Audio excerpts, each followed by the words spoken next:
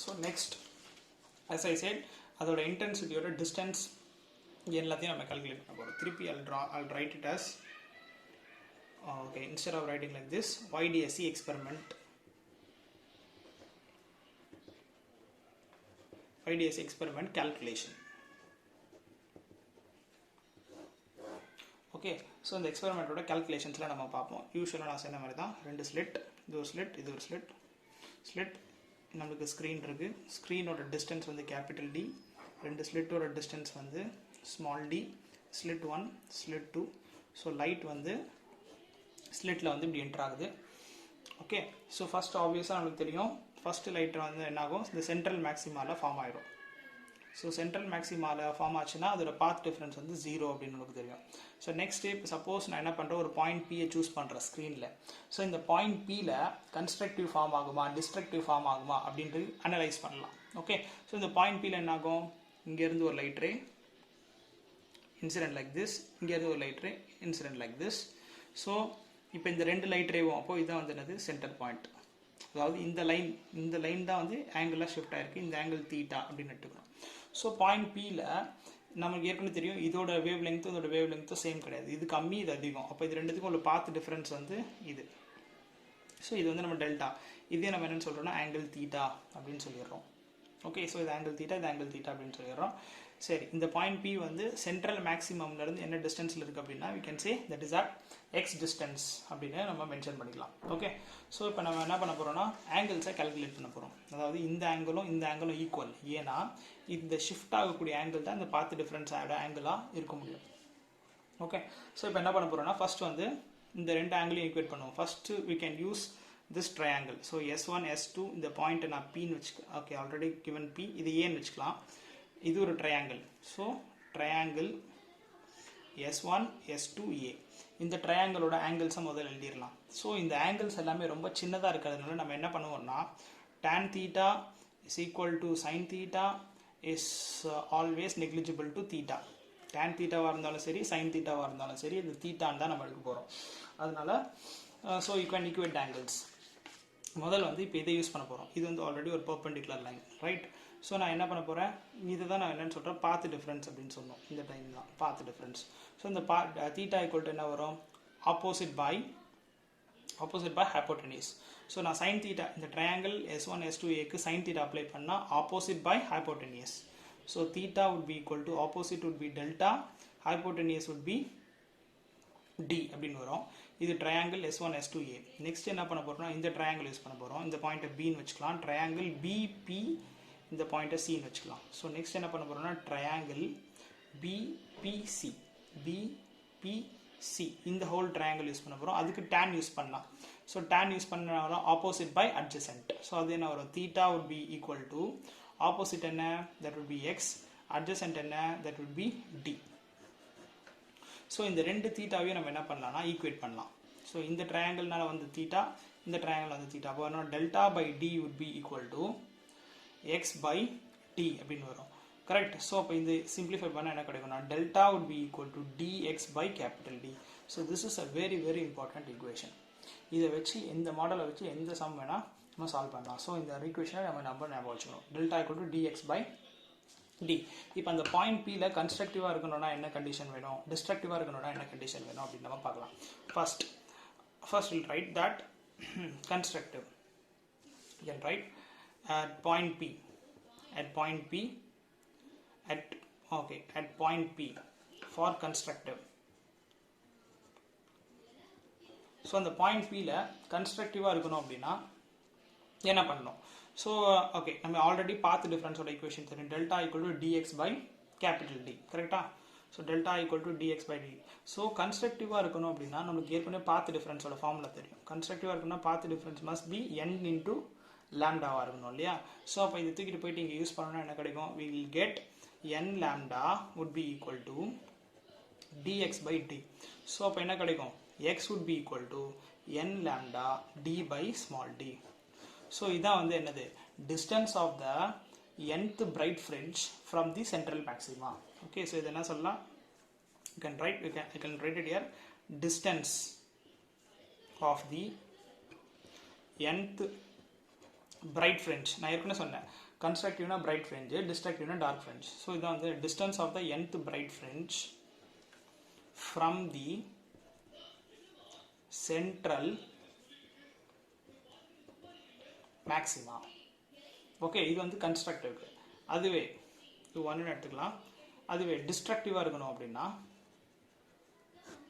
அந்த பாயிண்ட்ல destructive form பண்ணனும் அப்படினா அதோட கண்டிஷன் எழுதும்போது சேம் திங் என்ன இருக்கணும்னா delta must be equal to 2n minus 1 lambda by 2 ஆ இருக்கணும்.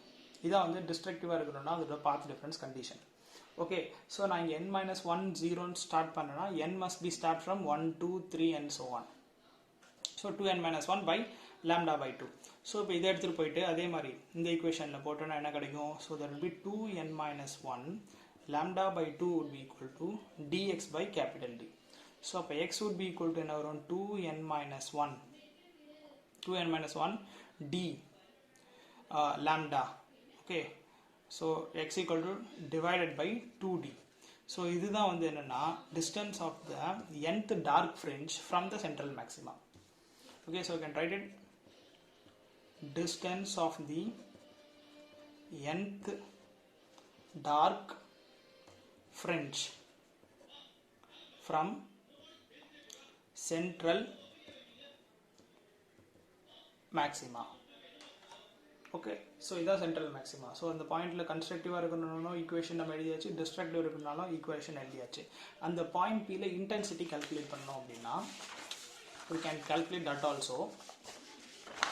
Intensity. Okay, we can write it. So intensity at point P. So on the point level intensity இருக்கும் அப்படின்றதை கால்குலேட் பண்றதுக்கு நம்ம என்ன பண்றோம்னா ஃபார்முலா நமக்கு ஏற்கனவே தெரியும். இன்டென்சிட்டி ஃபார்முலா என்ன? ரெண்டு வேவ்ஸும் ஈக்குவலா இருந்துச்சு அப்படினா that will be 4I0 cos square 5 by 2. இது intensity. So 5 ஓட ஃபார்முலா நமக்கு ஏற்கனவே தெரியும். that is 2 pi by lambda into the path difference. So path difference na enna? Delta equal to dx by capital D. So inga substitute பண்றோம்னா that will get 2 pi by lambda into delta க்கு பதிலா that will be dx by d.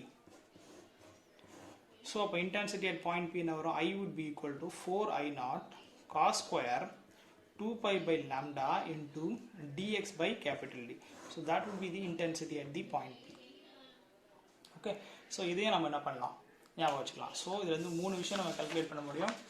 ஒன்று distance of the, so first என்ன பண்ணணும், ஆங்கிள்ஸை equate பண்ணியிருக்கோம். இந்த ஆங்கிளையும் இந்த ஆங்கிளையும் equate பண்ணி பாத் டிஃபரன்ஸ் கண்டுபிடிச்சிட்டு கன்ஸ்ட்ரக்டிவாக இருக்கணும்னா n lambda by d இருக்கணும். டிஸ்ட்ரக்டிவாக எக்ஸ் கன்ஸ்ட்ரக்டிவாக இருக்கணும்னா n lambda, டிஸ்ட்ரக்டிவாக இருக்கணும்னா 2n minus lambda by 2. So இது ரெண்டுத்தையும் வச்சு distance of the dark fringe and distance of the bright fringe from the central maxima calculate பண்ணிட்டு and also you can calculate the intensity at that point. Okay, so this is what Young's double slit experiment. Next we'll discuss, we'll move on to the next topic. So next என்ன பண்ண போறோம்னா fringe width calculate பண்ணிடலாம். So next one, this fringe width. நம்ம ஏற்கனவே சொன்ன மாதிரி dark fringe, bright fringe form ஆச்சு இல்லையா? So we can draw like this. So slit நம்ம கிட்ட இருக்கு, இதான் distance, இது சென்ட்ரல் மேக்ஸிமா. இந்த பாயிண்ட்ல வந்து என்ன இருக்கும்? சென்ட்ரல் மேக்ஸிமா ஓ, இதுக்கப்புறம் ஒரு டார்க் ஃப்ரிஞ்ச், ஒரு டார்க், ஒரு பிரைட், ஒரு டார்க், அதே மாதிரி இங்கேயும் ஒரு பிரைட், ஒரு டார்க். ஸோ அதே மாதிரி பிரைட்டு டார்க்குன்னு வரும். இந்த டிஸ்டன்ஸை வந்து நம்ம என்னன்னு சொல்லுவோம்? டின்னு சொல்லுவோம். இந்த ஓவரால் டிஸ்டன்ஸை வந்து கேபிட்டல் டி அப்படின்னு சொல்லுவோம். ஸோ ஃப்ரிஞ்ச் விட்த் அப்படின்னா என்னன்னா the separation between the two consecutive dark or bright fringe. The separation between the two consecutive dark or bright fringes. That's fringe width. Separation between the two dark or bright fringes is called as a fringe width அப்படின்னு சொல்லுவோம். இப்போ for example இந்த dark இருக்கா, இதுதான் fringe width beta. இல்லை அப்படின்னா இந்த டார்க்குக்கும் உள்ள இதுதான் வந்து fringe width பீட்டா. அப்படி இல்லைன்னா ரெண்டு பிரைட்டுக்கும், ஸோ இது ஒரு பிரைட், இதுதான் வந்து என்னது fringe width. பீட்டா. ஸோ ரெண்டு டார்க்குக்கும் உள்ள டிஸ்டன்ஸ் இல்லை ரெண்டு பிரைட்டுக்கும் உள்ள டிஸ்டன்ஸை தான் நம்ம என்னென்னு சொல்லணும்னா ஃப்ரிஞ்ச் விட்த் அப்படின்னு சொல்லுவோம். ஸோ அதை கால்குலேட் பண்ணுறதுக்கு நம்ம என்ன பண்ண போகிறோம்? ஸோ அப்போ beta that is a fringe width. அது ஃப்ரிஞ்ச் விட்த்தை கால்குலேட் பண்ண வரும். The distance of the nth first வந்து பிரைட் ஃப்ரிஞ்ச் விட்த்து கால்குலேட் பண்ணுவோம். Bright fringe width. So bright fringe width எழுதும்போது distance of nth bright fringe minus distance of the n minus 1th distance of the n minus 1th bright fringe. So beta ஏனா இப்போ you can show it how it is. So இது ஒரு bright fringe, இது ஒரு bright fringe, இது ஒரு bright fringe. So இதுதான் nth bright fringe அப்படின்னா இந்த nth bright fringeக்கும் n minus, so இது வந்து n, இது n minus 1. ஸோ n-லேருந்து n minus 1 இதான் வந்து சென்ட்ரல் மேக்ஸிமம் வச்சுக்கோம். ஸோ இந்த n-லேருந்து இந்த n minus 1 சப்ராக்ட் பண்ணோம் அப்படின்னா நமக்கு என்ன கிடைக்கும்? இந்த ஃப்ரிஞ்ச் விட்த் கிடைக்கும். That is beta. Okay, so அதே தான் பண்ண போகிறோம். nth பிரைட் ஃப்ரிஞ்ச் நம்ம ஃப்ரிஞ்ச் விட்த்தோட ஃபார்ம் ஏற்கனவே டிஸ்டன்ஸை கால்குலேட் பண்ணியிருந்தோம் இல்லையா? டிஸ்டன்ஸோட ஃபார்முலா என்ன? That would be n lambda capital D by small d. அதே மாதிரி n-க்கு பதிலாக இங்கே n minus 1 வரும். So n minus 1 lambda d by small d. So அப்போ distance of the nth bright fringe calculate பண்ணால் get lambda d by d. So this would be the distance of this would be the fringe bright fringe width. அதே மாதிரி dark fringe widthக்கும் use பண்ணால் dark fringe width அதுதான் formula. beta would be equal to xn dark minus xn minus 1 dark. So ரெண்டுத்தையும் simplify பண்ணாலும் அதே தான் வரும். So you can say beta for dark must be equal to the beta for bright, that is equal to lambda d by small d. நீங்கள் டார்க்குக்கு போட்டாலும் அதே answer தான் வரும். ஸோ இந்த ரிசல்ட்டையும் நமக்கு ரொம்ப ரொம்ப இம்பார்ட்டண்ட். ஸோ இதே நீங்கள் ஞாபகம் வச்சுக்கணும். Okay, so with this will go for the next topic.